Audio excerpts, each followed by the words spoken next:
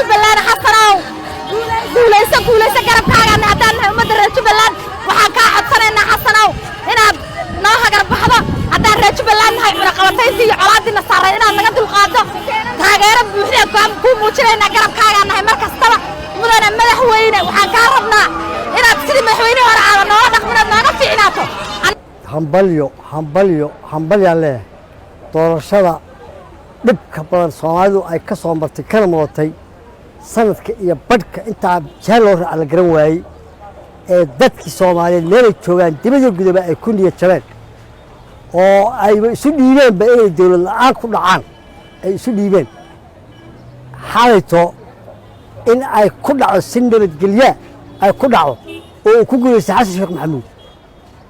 waanu hambalyeynaa boqolkiiba 90 baan hambalyeynaa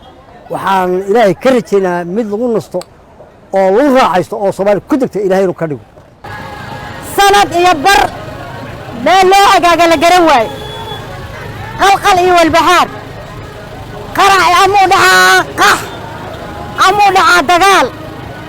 say wax u jiraan talada intay ka wareersan tahay waa halyeydii Soomaali waa waxgaradkii Soomaali waa kuwii dalka hagi lahay waa kuwii samata bixin lahay waa kuwaan sugayna markii xalay doorasho kal iyo laab sharaf iyo wanaag saqiir iyo kabiir nin walba meel jooga Soomaali ah ku wada naalooday doorasho xaq iyo xor iyo xalaal ah markay lagu kala baxay saddexdii wareeg sidaan u soo jeednaa saddexdii wareeg markii lagu kala haray oo inta musharaxa ay ku kala hareen ay gacanta isa saareen mudane Xasan Sheekh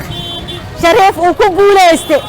hambalyo waa waxaan sugaynay waxaan hambalyeynaa Soomaaliya oo dhan